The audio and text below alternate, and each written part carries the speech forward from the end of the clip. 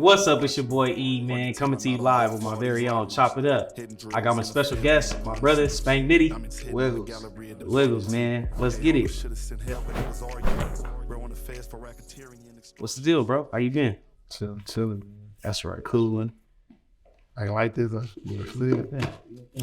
Comfortable. Man, this is gonna be real dope, man. It's my very first own little podcast. Big podcast. There you go, big podcast, man. We gonna, come live, come raw. I got something special for y'all, man. Thank you for coming on. I appreciate you showing up. Oh yeah, we gonna try to keep this shit as raw as possible. He got some raw questions too. I got some questions. All right, talking with some raw answers. So what's been going on with you? What's latest? What's new coming out with you? New shit. I've been working on that on this mixtape with Rahman. Really focused on that. We dropped the video for it already. Shit, birds, it's already out. I'm about to get ready to drop another one. Then we got the tape already done. It's like a good body of work. I think it's the music that it's been like it's a void of this music in the streets right now. Just for the simple fact, it's like people dead, people in jail. Like our sound, you know what I mean? A lot of our artists that's from out here, they gone. So it's been a void of that type of music. So I think I'm really about to replenish their thirst with that tape around. That's dope. 100 years from now, what do you want people to remember from Spank Nitti? Really, I want them to, my testimony, like a real testimony, real spirit-driven testimony. I want people to really see me change. I want them to see my transition and understand the sacrifice that I took. You know what I mean? I want them to see me understanding that street shit and just anything that doesn't have, I ain't gonna say good energy and all that shit, but anything that you know that you ain't supposed to be doing, you really shouldn't be doing. I want people to see that I understood that and then see my transition from before when I didn't, and then me going stepping in music, understanding sacrifice and understanding studying that shit, understanding putting in the hours for it and everything. I want people to understand and see that, and then be able to use my testimony as an example, or be able to use it for motivation or whatever they use it for. But in 100 years, I want to be able to look at that maybe his story. Really, I think I have a great story with the whole shit. Good testimony. That's dope, man. Because if you come, natural with everything, and always be the person that you grew up that you wanted to be, and teaching everybody, your testimony. People listen to this shit, man, because you got a big influence on the world. At first, really, was crazy. I didn't want to rap at first, so I low-key, I wasn't forced to rap, but I made that decision. It was already too late. I made that decision in jail. It was I could have got it's certain careers I could still, I could have still went for and stuff, but for the person that I'm used to being, the person I wanted to be, I knew that was what it was that I had to go with. So I was forced to pick that. At first, I didn't want to do that at first. I just wanted to be. I wanted to have all the shit, and not what all that came with it. I say that. So rap wasn't really on your first thing that you wanted to do in your life. Nah, it wasn't. First, I wanted to do a lot of different shit, but rap wasn't my first. I'm gonna be a rapper, and I knew I could rap too. I just wasn't focused really on that. I didn't see all that work put in. I didn't think it equaled up to the outcomes and stuff like that. But now that I understand it more in depth and understand royalties and all kind of shit, it's really generational wealth with that shit. So I really fell into it. That shit ain't nerve-wracking to you, cause the industry is crazy, man. You got a lot of rappers always hating on each other, doing the things that they do. But shit, I feel like if you just stay solid, who you are, who Spank Nitti is, you're gonna be solid. You know what I'm saying? Yeah, dog, that's real. What I look at there about it, with bullshit gonna come to people anyway. People be living regular lives, don't have to use. They getting into it with their neighbors over the dog barking too loud or some shit. Right. So I think bullshit just gonna come to it. This is how you deal with it. I believe in not fighting fire with fire. I believe in not being so prideful. I ain't got to prove. I understand that. Now I don't have to prove myself to nobody no more. If I already, you know what I mean? I don't really care to go there with people like that. Especially on the, we both do the same thing, bro. We got the same job. We should not be bumping heads. we in different lanes. Everyone's in their own lane, period. So as long as I ain't stepping on nobody's toes, I don't think nobody should ever come for me. So I won't step on nobody's toes. I'll just stay out of it. Nigga, non-competition. I don't know competition. Niggas know about the nation. I don't know competition on. Yeah, that's dope. That's dope. Before rap, what is something you wanted to be in life? Before rap, at first, like, I'm a realist, so I'm like a student of success. People I see that was touchable to me, you know, that was reachable. I wanted to do the stuff they did. So my friends that were successful around me, they was doing construction. I wanted to be a construction worker. They built the house. I was just gonna do construction, get my own construction company, and like, you know, make money from there. That's dope because, you know, I asked this question because a lot of young men grow up and always say, like, I want to be a professional football player. Yeah. I want to be a rapper, you know, but this shit ain't for everybody. You know what I'm saying? Like, it's a whole different aspect in life. You know, you got to really, like, sit down. Yeah, for sure. No, I think, like, with me, I think everybody got their childhood dream, but I think that was the one that was more realistic and more serious of things I wanted to do, like the construction shit. Cause I played football, like Pop Warrior shit. I wanted to play football. I wanted to play basketball. I wanted to do like L1, you know, like different stuff as a kid. But like really taking action and going push for it, it was really just that construction shit. So I really, that was the first thing I was able to like control myself and, you know, really go for instead of just a hope and a dream or just a thought in my head. That's dope. That's dope. That's like for you, like being a barber, like, you know what I mean? How did you like make that decision? Shit, I made this decision when I was younger, man. I didn't, you know, I really didn't know what I wanted to do, but I know, shit, just growing up, my mom couldn't really, you know, afford taking me to a barbershop all the time, so I had to really sit down and like think, because she was taking me to my grandma. My grandma was fucking my head up, man, giving me bowl cuts and all kinds of shit. I'm going to school, I'm fighting, I'm doing all that shit that, you know, kids didn't want to do, you know? Just be dealing with people and shit, you know what I'm saying? So, sure.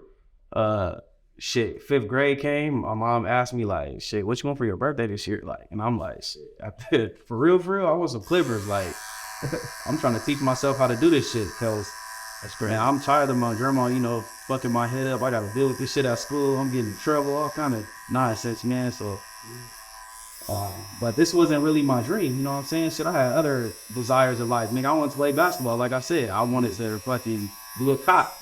Yeah.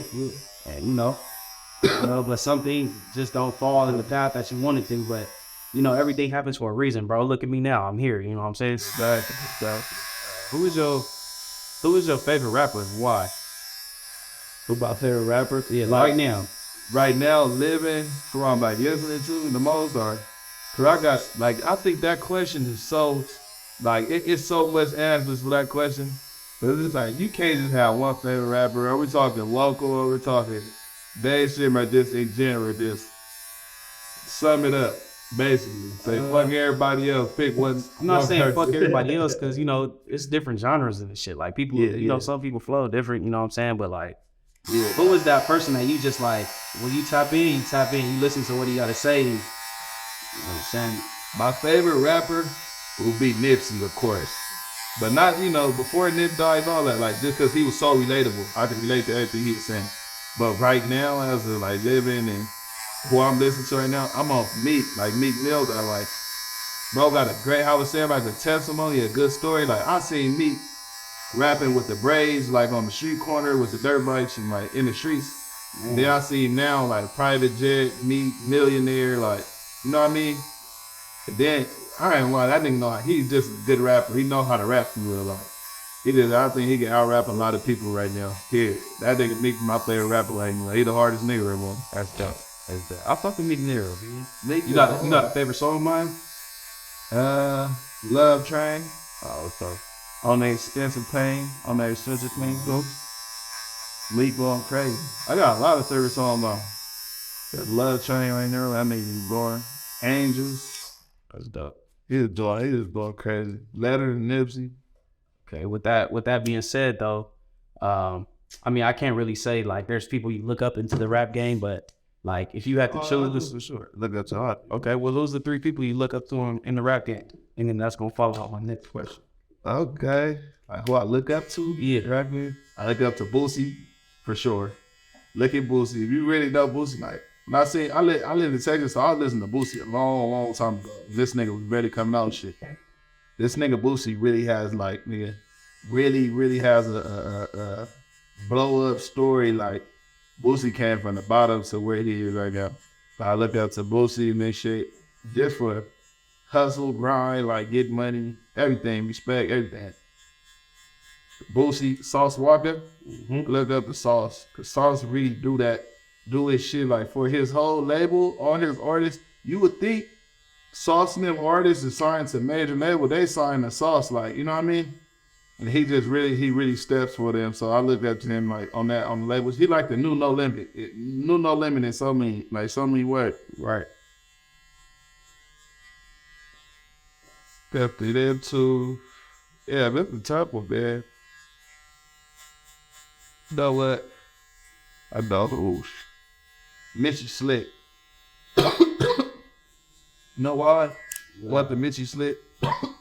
Cause the fight, that nigga been fighting all this time, like, you know what I mean? Having and how good he can rap and all that shit. Just cause of the region he from or whatever. You know, he never really got that. I think if Mitchie Slick was from LA, he would be big as Snoop Dogg. But cause where he from, and I go through that. I go through that cause I'm from the IE. So it's not as easy for us to rap, even though we rap at an all-time high, even though we collabing with the biggest that music has to offer, you feel me? It's like we still got like a barrier that we gotta fight, break, kick, do all kind of shit. They gotta get a wrecking ball to get in. Right. So I admire that, like, that never made nobody stop. I've seen a lot of people in my region give up because, oh, my bad, he don't smoke, because of where we at. Because of, you feel me? Like, our surroundings and shit, we don't have that push right here. We don't have major labels in our backyard. We don't have people shooting movies, and we don't have Hollywood. We don't have, you feel me? Right. We from Southern California too, but it's like, we always be overlooked. It's not too much big artists. So the IE's overstepped in your eyes, like. Yeah, we overlooked for sure. And I think we have a lot of consumers. I think we blow a lot of people up. I think we break artists here, for sure. I know for sure we break artists here. I've seen a lot of artists be broke here in IE, and I've seen a lot of artists get broke in San Diego. So I'm speaking on Mitchie Slick, saying that was my favorite art. You feel me? Somebody I look up to this shit. This nigga that push that dog in him, like never give up, never, you feel me? No matter where I'm from. I could be from Alaska. You feel me? My talent, his talent speaks for itself. I think that's what got him in a lot of doors that he got him in, and just being able to do all the stuff he's been able to do. That's dope. Like a lot of stuff from being independent, like it's like impossible that this man didn't pull this stuff up. So I look up to these people. That's dope. That's dope. And with that being said, do you believe that like talent is like something that's just given, or something that you actually got to work on? Like, I think raw talent is like natural, like, you feel me? Right. It's a lot of answers to that question. Like talent, like, see, I think you do have to work on your craft, period. You got to put in at least 10,000 man hours, like real deal hours, like to you feel me? To really be doing whatever you're doing. I don't care if you cut grass, you feel me? Like anything you want to do, anything you do, you got to put a lot of hours in to become better. Like you can get talented at it. Right. This somebody, if you cut grass for 2,000 hours and a nigga who ain't never cut grass his first time, you gonna do better than cut grass 2,000 hours. So I think with like I think some people just got it. Like, you know what I mean? Like you could be born a superstar, but the shit that it takes, you gotta stay a superstar. You know what I mean? You can look at a lot of people who didn't went viral and then it's over with for them. Like we don't hear about them no more or nothing. So I think once if it's in you, you can go to only so far. I think so. Yeah, to answer your question, yeah, to take talent, you got to put that work in. Period. Points like nobody just has it. Like no matter how much talent you got, it's somebody working towards that shit. For real. So. Shit, but when you first started rapping, and I'm listening to your music, shit, or maybe it's because shit, I'm your brother and shit, but I'm listening to your music. You feel me? And I'm like, damn, he talented as fuck. Like, nigga, you just started doing this shit. You know what I'm saying? You already made a name for yourself in the streets. Yeah. But I still had to work. When I first started rapping, I had like, I say no fans, no listeners. Everybody still had it. It was still new to everybody, so that was good. Now I ain't new to everybody as much as, you feel me? You gotta do something to get their attention now. They pretty much used to you, so you gotta do different shit to get their attention. Like do a tape and rah and other people they want to hear you collab with the shit. But I think even then, like nobody knew when I first started rapping. I really had planned it, structured it, wrote the songs, had made my image, like studied so much on it before I had came out. That's why I think it had a lot to do with my success. Because I had really put a lot of work into it. Me coming home to knowing what I was gonna do, I was able to really like plan around it, like, you know what I mean? Like write everything down, work towards certain stuff, like everything that I wanted, I had fucking spoke of, I wrote down and I did it. Like every last thing for sure. So I think that has something to do with my success of it. I don't think it was just because I was more talented to everybody else. I see a lot of people that's real talented and that shit just don't get nowhere. They got to put it to work. I feel like that's just like God is like faith without works is dead. You know what I mean? Yeah. Just like the Clipper game, man. This shit, you know what I'm saying? Like, it ain't easy to do. A lot of people think they can just cut hair. I can't cut hair. Man, but I didn't see a lot of people mess up on people's haircuts. Shit. You know, and it's a big industry growing right now for people. Yeah. Haircut is important. You know what? Everybody I know gotta go see their barber at least once or twice a week. I know niggas see their barber more than they see their kids. What? It's serious. That's a real relationship. What's your favorite song that you wrote yourself and why? My favorite song I wrote myself. Oh, wait. That's a tough one too. Like all of them. My favorite song I wrote myself is Ben Simmons. It's probably Ben Simmons. I just really like that song. That's by far one of my favorites. That I got? You snapped on that. Oh yeah, that's a good one. I really like Ben Simmons. I don't know. That's the song that low-key brought out a lot, you know, because I got a lot of homies, when they listen to your music, they be like, Ben Simmons is smacking. Like, that's a good song. Yeah, that song go crazy. It's like cadence, everything was perfect in pocket. Right. That's like perfect rap. I only rap perfect sometimes, but every once in a while I feel like I rap Could you say that's the song that blew you up though? Or you think it was Caucasian? Caucasian, for sure. Caucasian. Yeah. What's crazy is Caucasian, not the song that I even liked. I wasn't even performing to that person either. Like I started performing that song like by the man, like people start telling me that song. I started performing it, they going like crazy. I didn't even have that on my list of songs to perform. It was going crazy to that song, so I had to give them what they wanted. Then I started paying attention to the numbers. Like all the playlisted, like they was put that song on a lot of playlists. That's how that song really caught fire though. That shit like hit like 1.7 million right on YouTube. Yeah, right. I knew I would get a million views, but I thought I'd get a million views like a little bit later because a lot of people be getting like a couple 100,000. That's a lot. Yeah, no, but that shit. That was my first video.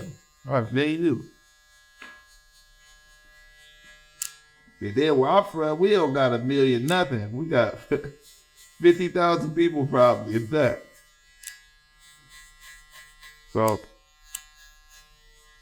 what's something you could tell these kids nowadays that want to grow up to rap? Rap. Or just anything in life. You dealt with a lot of stuff in your life. Yeah. I feel like, I don't believe in like you're a part of your environment type of thing. Like you don't have to. You can believe that if you want to, but it's gonna cripple you. I think it's an excuse. I want people to know, like especially young black men, young black women, Hispanic, like people who don't have the same chances that everybody else has. You know, I would say I want them to really know, bro. It's out there, like. It's reachable. Everything's reachable. Any life we want to live, we can live. Not saying like with money and everything, but it's possible to be regular, bro. I used to think like having good credit was hard. I used to think that paychecks, like you feel me, like doing your taxes right and all that stuff, like living legit. I used to think it was hard, and it's actually way easier. It's less stress. You feel me? And I didn't think it was possible. I didn't think it was possible to own my own store. I didn't think, you feel me? they ain't teach us that. So I didn't think that shit was possible to tell you the truth. I thought only what was possible was I was seeing that. If people like stuff like that, I think how you come up don't really dictate your future, bro. You can push through it. Don't make excuses. Don't be mad at your parents. Change your circumstances for the better. I think our parents did great, man. You know, Yeah, for sure. especially having the same dad. You know what I'm saying? He handled his business. Always told us, you know, keep going, man. That shit is always something that he told us, regardless of what he was doing. For sure. He always said, just keep going. He always wanted the best for us. It really hurt me. What when I see when I fucked up and I seen the like disappointment in my dad eyes, you feel me? People don't even know how I like turned myself in all the shit. Oh, God. I was talking to my dad and shit on the phone, and just all the shit. He was right there. But leading through every step. Leading me through this shit. And he like, damn, he didn't even want to have to. That's why he didn't teach me the jail shit and the bullshit of life. Because he was trying to teach me everything to avoid the shit. I bumped my head still. He was still right there. Like, you know, but seeing that shit, I'm like, damn, I understand now why he win. I understand how, you feel me, how life plays out with this shit. Why he changed, how he changed, and all the shit. Cause you used to living a certain kind of way. You like, what? They shake some shit up. Your dad go to jail or whatever the fuck. He come back home. Y'all not living the same. Man. You like, what the hell? Where's all that money? Like, you feel me? Oh, he like, look, I can't just go get that money no more unless you want me to be gone for a couple years. That shit not working. But as a kid, you don't understand it. Until I had to have my own kid and shit. Right. I understand now. And I was like, yeah, this maybe feel real fucked up about the whole situation. Even my mom, you know, they don't want a nigga to do nothing like that. Do nothing to end up there. Like, you they baby. So who is Spank Nitti doing this for? Like, what is the whole purpose in this rap thing? Like, what do you want the outcome to be? Honestly, bro, my family I think we got a bad head dealt to us. So instead of just sitting here, I would have sit around with you feel me? Like I was saying, be a product of my environment. I would have changed there to nigga, change all our circumstances. What rap is possible, I seen it done a lot of times. Like if I get a certain amount, for me, I'll be to say 30 lives. You get 30, you gonna all reach back and save 30, like, you know? Right. Generation shit. But that's my real motivation, my push for it. My family never had nothing like that. Like, and I know with doing this, I got a chance, so I'm just gonna at least take my chance. I can't play basketball no more. I can't play football no more. I can't do too much.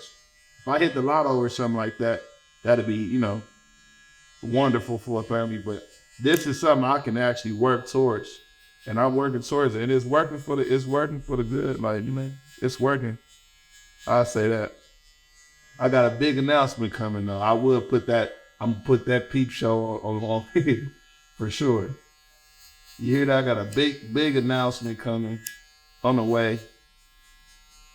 I don't want to spoil nothing, but something big coming. This rap shit, like, it really paid off, bro. It really paid off. You took your time. You was working. And everything you're out to do, man. I'm proud of you myself, you know what I'm saying? Especially being great, bro. Yeah, thank you, man. What's your favorite movies and why? My favorite movie is, people ain't probably seen it. It's called The Game of Life by Snoop Dogg. It's like Snoop Dogg see murder. It's like some like Low budget film type shit. Low budget film type shit. But it's hard though. Like, he got his own casino and shit. It's like some mafia shit. Hard as fuck. Short film, like 45 minutes. My favorite movie. That's my favorite movie, like, because the whole movie is hard. Like, you feel me? How the storyline, everything is hard about the movie. But I like that shit because it's so good. The nigga deal with his homies. Like, you could tell they just rented out the back of some casino. Like, they were just in there shooting. Like, you feel me? Like, some shit that's possible for me to do. And it's real watchable. Like, really my favorite movie. I'll sit there and watch it all the time. Like, so I think that's like an example. Like, you feel me? Perfect example for rappers that you can make a movie with your homies. Your rapper homies, like, it's him and C Murder in the movie, so yeah, you feel me? And whoever else rap, like, I think Paul Pierce in the movie, Dub C, like a couple other rapper homies to job. But I can do the same thing right now with, you feel me, my homies. And that's an example of it. So keep that in mind. I got something coming. I got a lot of big stuff coming this year for the people. That's dope. So you plan on basically writing your own movie. I don't know if that's the little secret you're trying to give off with. Yeah, it's already wrote. I already wrote my own movie. But I'm getting the script. I'm about to get the script done. I got a Zoom meeting with the lady that's gonna do the scripts and shit, and then I'm just gonna start shooting it, giving people their roles and stuff. I got a couple rapper friends who I'm pretty sure they gonna be all in. But yeah, from yours truly. So hopefully one day my movie will be somebody's favorite movie. Question about like you being on stage and stuff though, man. Like how does it feel to just be in this limelight? Like, you know what I'm saying? Like you got Crazy. all this shit going on. I remember this is a little funny little quote you told me when we had a talk one day. You said that, you know, cause you wear glasses and stuff. You said you don't like perform with your glasses on. Like, hell no, I can't see nobody. Can't see nobody. It just look like a big blur. That's hilarious. Yeah, I be nervous. I'm a human being. Like all the people, everybody got their camera out. Like, you know what I mean? You don't want to look. That you starting, you see people rocking, nigga. You just like generally, it's like getting into a fight. Probably you be nervous before, but once you swing, you's already cracking. So I think probably something like that. I don't know. You got a favorite performance that you ever had with somebody or anywhere that you've been? Nah, I don't say I have a favorite one. I had some good ones though. I had some that's memorable, but I wouldn't want to call none of them your favorite though.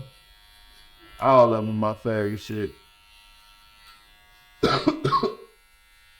One that was crazy when I was first starting, it was like 23 people there, like nobody in the crowd. I'm talking about an empty club. I remember that's when you opened up the Moses in Reno Valley, if I'm not mistaken. Nobody there.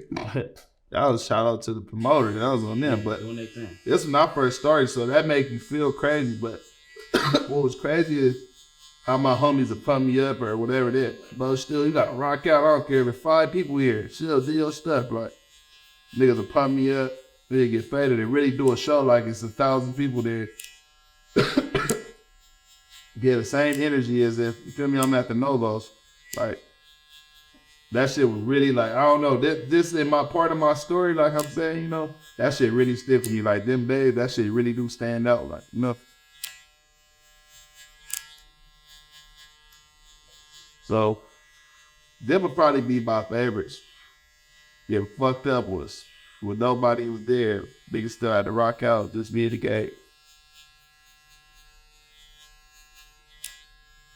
And why is that important to be yourself in the industry? Like, there's a lot of niggas be faking and shit. But it's important to be yourself all the time. Cause if you don't, whatever the fuck else you trying to be, you gotta keep that shit up. It's like more I think it's simpler to be yourself, like, you know, especially in the industry. Cause wherever, let's say I come in super tough hard, I'm gonna have to prove that shit hard. If you come in like a sucker, like, and then somebody treat you like a sucker, nigga, you don't get mad. You feel me? You doing sucker shit, you gotta stay doing that. Don't try to, people don't like that when you just try to turn hard out of a sudden, like, be yourself, be regular, man. I'm glad I got a cool personality. I don't gang bang. I'm not I don't care for competition. I'm not impressed by bad shit or violent shit, like, you know. I don't care about bullshit. Bullshit ain't nothing. Bullshit is bullshit. I understand that. I know where it gets you. I've been there, like, you know. I know where it gets you on the other side. I've been buried a lot of my friends and shit, so I understand. Bullshit ain't nothing, bro. You don't need no bullshit. And where did the name or Wiggle Nation come from? Where did he, you know, where did that, where was that from? I told nobody this either. The Wiggle Nation, that shit really came, we probably had no believe, bro. That shit came from jail, nigga, sneaking in cells to use the phone. In the Southwest, they push you top tier, bottom tier. They pop y'all separately when you in the big day room. So we, I was the rep.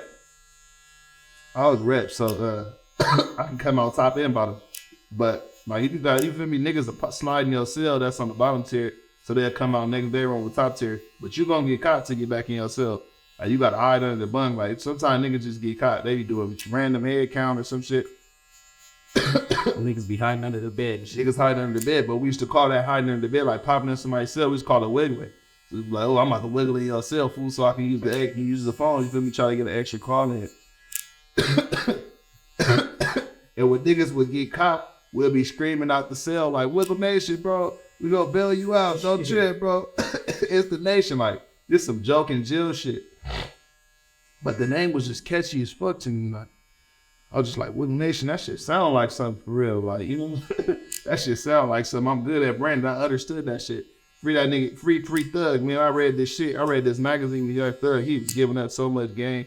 I ain't like, just that little shit I read from Young Thug, fool, that shit helped me to become a rapper. Just like one page out of a magazine from Young Thug. Like, tells, but he breaks down everything. Like, tell you to make yourself a brand. Like, you, like, yourself are a brand and make a brand and go with that. And I understood that shit. I don't know how, but I just understood it in his words, nigga.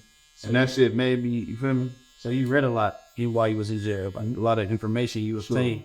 Yeah, I read over 250 books. I read a lot of books, bro. Yeah, a lot of books. I read a lot of books more than once, too. I'm a real reader. Read the Bible. I was reading urban books, reading magazines, read anything, Fuck up this nigga head right now, yo. He said he's blazing me. You don't have no phone, man. You would be surprised how much you read or enjoy reading. You don't have no TV. That shit's like a movie. Like, I think that shit is important to, you know, obtain knowledge real life, man, because a lot of people shit can't even read. Yeah, for sure. It's dumb as hell. Yeah. I'd say some people that can't read, for sure. Is there anybody in the industry you want to give a shout out to that you just appreciate? And Hit Boy. There's a lot of other people, but I gotta give a shout out to Hit Boy. why Hit Boy? Cause he works real hard. You feel me? Like, the nigga, I'm talking about be working. Like, extra kind of work, like every single day at the studio type shit. And then bro make time for, like, you feel me? He be working with big people. I've been working with bro for a while, but he be working with fucking, he's Hit Boy. He be in there with Nas and Gamer. You feel me? The people he's recently working with, he be in there with anybody she could think of. But he make time, bro, for me. He be in there like, you feel me? Like, oh, Spank, you come tomorrow because Diddy in here today. I'm like, damn, okay, that's, you feel me? That's low. But we was at the top level. He made room for a nigga like, you feel me? For somebody that wasn't all the way up there yet. Never closed the door on me, always listening on me. And the nigga's talent is crazy. Rapping, making beats, just everything, you know? Give him a shout out. For sure. He'll teach you a lot and get I read stuff. He teach me a lot. I taught niggas some shit. Presentation is everything in the rap game. For sure. Your first shits, you better make sure your first shit right. They can respect you. They don't stand on what you stand on. Shit. That nigga understand that. Let me understand. That's some real shit, you know? I just really fuck with that nigga fat though. Like, bro, if you in there with Diddy and Rihanna and people of that, Beyonce, nigga, you in there with Kanye, you in there with people at that level, they don't usually come down to where they from and get a local artist and even listen to nothing they got to say. Like, you know, right? There's a lot of people who act real Hollywood. If he really would fuck with me, I only have like that first Hardest Poetry mixtape out. So you heard their music before? Yeah. She heard it from another person. I see I'm gonna shout them out too, from Price. From my boy Price, that was from Audio Push. That was really around it. I don't know Price shit, bro. But my nigga Price had others on. Like, niggas don't be doing that kind of shit. This nigga Price is like, these niggas already got plaques and shit. These niggas fuck with Travis Scott. Like, you feel me? Like, they don't really be reaching down and fuck with people that ain't on their level. Like, you know? That's a big thing in this industry. That's big. That's why I always try to do that, bro. Anybody who I got a feature from me or anybody who I feel like I like their music, ask me. anybody that's like not on, you feel me, that's not on my level or whatever, I'll tell them, I'll give them niggas good game, bro. Treat them regular, like all the shit. Treating everybody like you was treated in this industry, that shit gonna get you far in life. No. Everybody ain't treat you here. I didn't say that. I'm just coming from like just the bigger people that actually treat you right. You know Oh man, yeah, for sure. I want to treat people how I want to treat you. I believe that.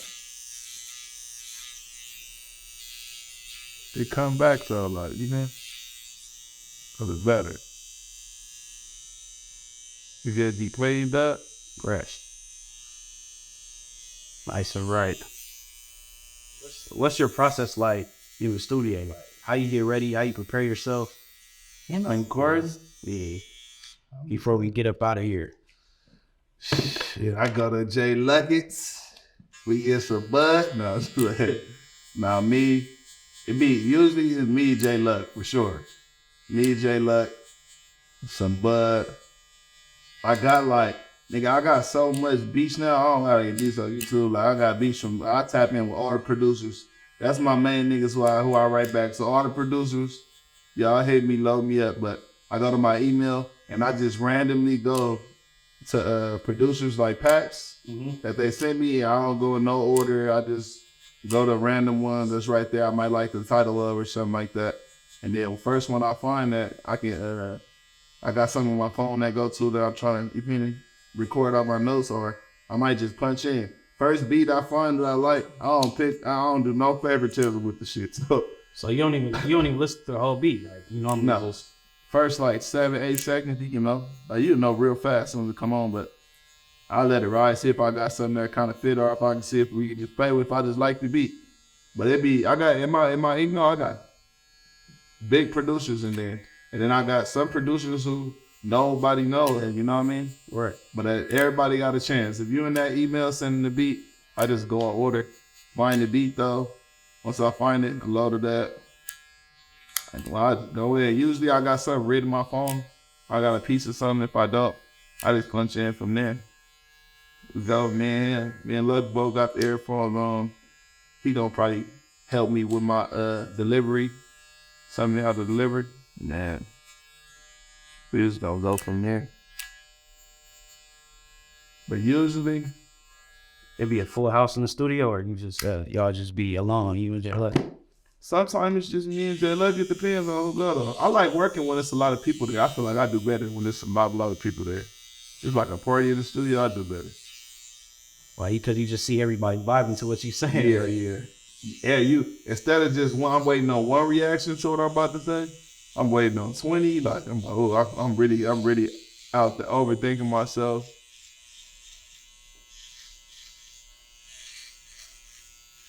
Cause I never want to get like too confident with this shit. Like I always want to think about my consumer. Like, you know, I never want to just think like, oh yeah, I know what I'm talking about. I make music for the consumer. So they ever just stop you and be like, nah, don't say it like that. Like, yeah, I listen to that. Add this to it, you know what I'm saying? Sometimes no, like musically, I know what I know what I'm talking about musically. I know when to come in. but if I do have an open ear for anybody in the studio or something. But usually J Luck the only person can tell me something. And to wrap it up, what is something you want them to look out for? Like, what do you want people to know when Spank Nitti is hitting town? Yo, everybody that mustache, this always that case I talk to anybody to keep sweat. No,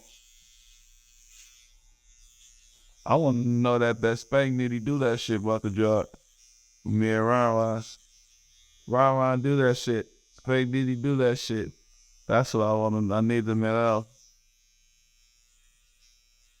And I'll probably start.